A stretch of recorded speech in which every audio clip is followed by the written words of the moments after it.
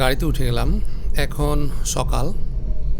আচ্ছা, তোমরা যারা ভিডিওটা দেখছো তারা কি কখনো এরকম কোনো জায়গায় গেছো যেখানে মানুষ খুবই কম, কিন্তু এই কম থাকা মানুষগুলোর মধ্যেও এখানের পৃথিবীটা চলছে অদ্ভুতভাবে, সম্পূর্ণ গোপনে।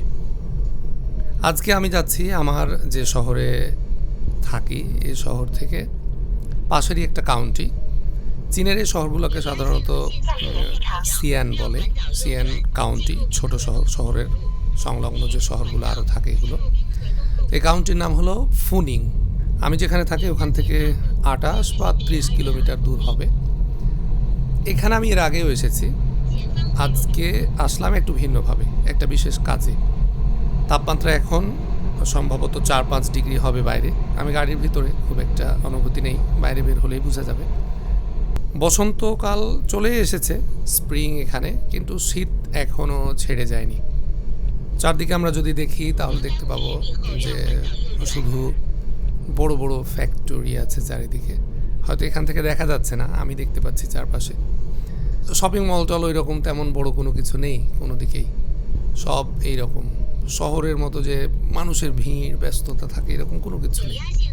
একরকম নীরব মনে হয় চারদিকে। কিন্তু এই রাস্তাটা দিয়ে হাজার হাজার টন পণ্য প্রতিদিন বিশ্বের কোথাও না কোথাও যেতে থাকে। চীনের যে ইন্ডাস্ট্রিয়াল ব্যাকবোন দাঁড়িয়ে আছে এই ধরনের ছোট ছোট কাউন্টিগুলোর উপরে, যেখানে গোটা দুনিয়ার সাপ্লাই চেইন এখান থেকে মেনটেন হয়।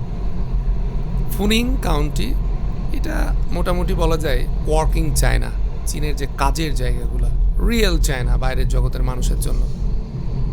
ফুনিং সম্পর্কে একটু যদি জানাতে হয় তাহলে বলতে হয় ফুনিং কাউন্টি চিংহানদাওয়ের একটা অংশ, হেবি প্রভিন্সে। আমি আগেই বলেছি হিস্টোরিক্যালি খুব গুরুত্বপূর্ণ এরিয়া, কারণ এটা ইন্ডাস্ট্রিয়াল করিডোর।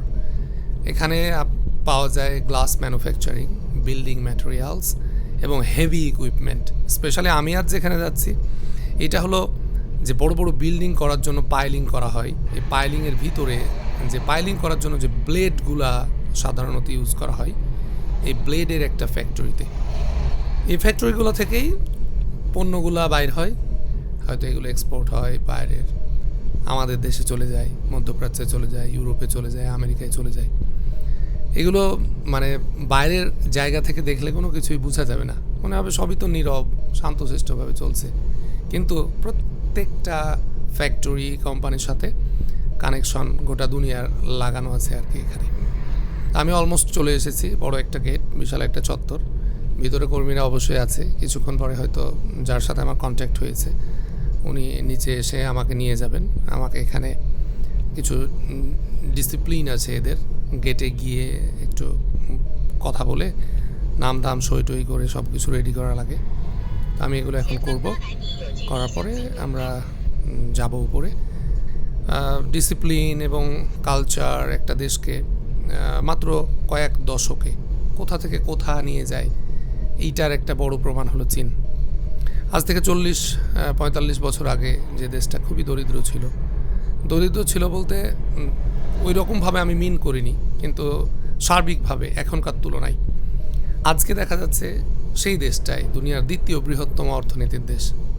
এটা কোনো ম্যাজিক ছিল না, এটা পুরোটাই কাজ, প্রতিদিনের কাজ, প্রতিজনের কাজ, নীরবে কাজ, অদেখা কাজ। যেরকম আমরা দেখলাম প্রত্যেকটা ফ্যাক্টরিতে ভিতরে কাজ চলছে, আমরা বাইরে কোনো কিছুই দেখতে পাচ্ছি না, গাড়ির মধ্যে বসে আছি। সব কিছু সম্পন্ন হলে ভালো কিছু আশা করা যায়, ইনশাআল্লাহ আগামীতে হবে। আমার জন্য দোয়া করবেন। আসলে পৃথিবীটা মূলত তাদের জন্যই যারা কাজ করে।